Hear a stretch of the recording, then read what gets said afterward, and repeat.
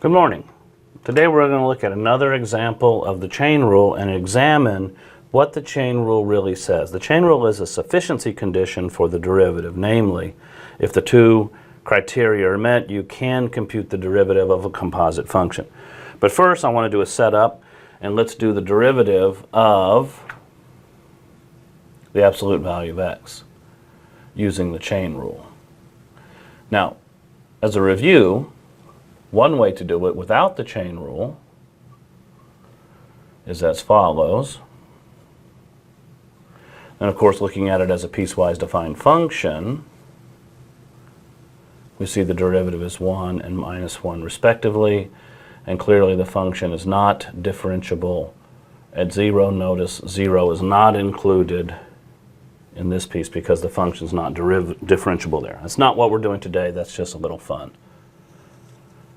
We're going to do a chain rule computation.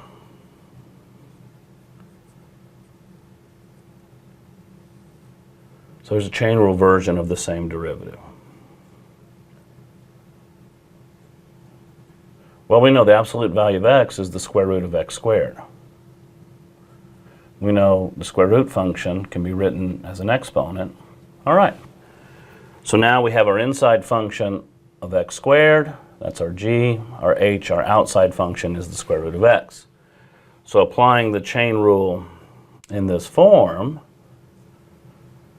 rather, applying the chain rule to function in this form gives us the following. 1/2 comes down, we recopy the inside function, we decrease 1 from the exponent. Now we do the derivative of the inside function, which is 2x. Now the chain rule is complete. This is just an annotation reminding us where that came from. Simple algebra or arithmetic, 2 times 1/2 is 1. Negative exponent can be flipped down, so this is x over x squared to the 1/2. And of course, x squared to the 1/2 we know is the absolute value of x.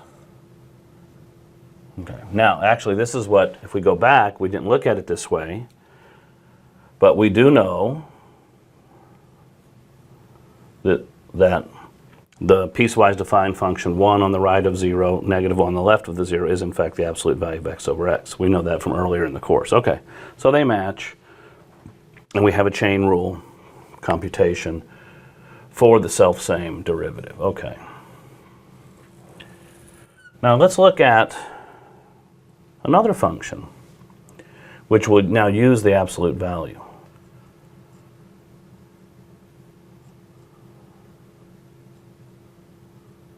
Okay, so now we have a parent rule for the absolute value. Let me rewrite that over here in another style for the derivative notation, the Leibniz notation.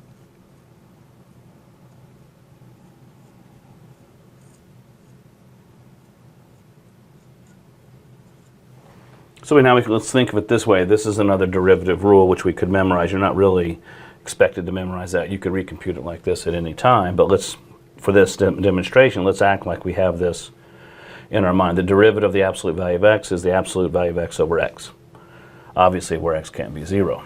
So now we have this rule. We have an inside function, x cubed. We have a function inside of the absolute function. So we can apply this rule. We can apply the chain rule to this form.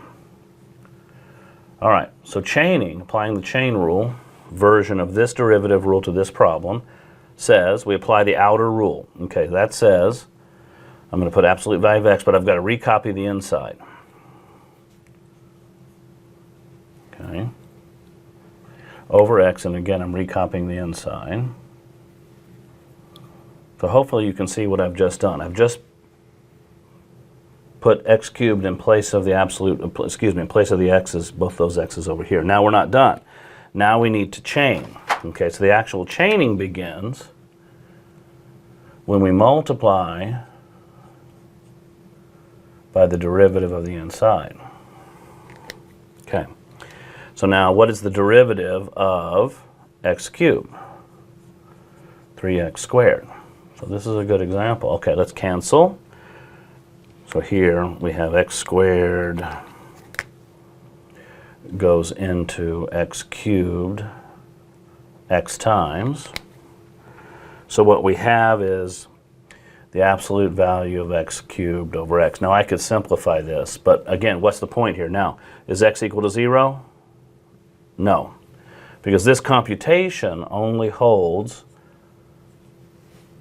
where x is non-zero. Why? Because I begged the chain rule, okay, to do the computation. Now, let's simplify. I'll do a quick simplification here. We still have to retain this bit x is not 0. That's the only way this method is valid. The absolute value of x cubed is absolute value of x times x squared. We cancel this x with one of those, and we get x absolute x. Again, x not 0. So, by this rule, we have the absolute value, we have that x, the absolute value of x cubed, its derivative is equal to this, but we don't know what's going on at 0. We know outside of 0, here's what the derivative looks like, but we don't know what's going on at 0. It would be incorrect to assert that f is not differentiable at 0.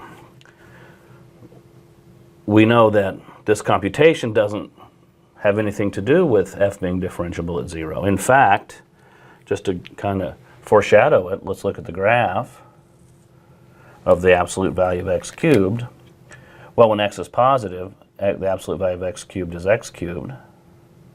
So that's the x cubed graph. And then on the negative side, it flips up the x cubed, which I'll do like this. So this is now the basic x cubed graph.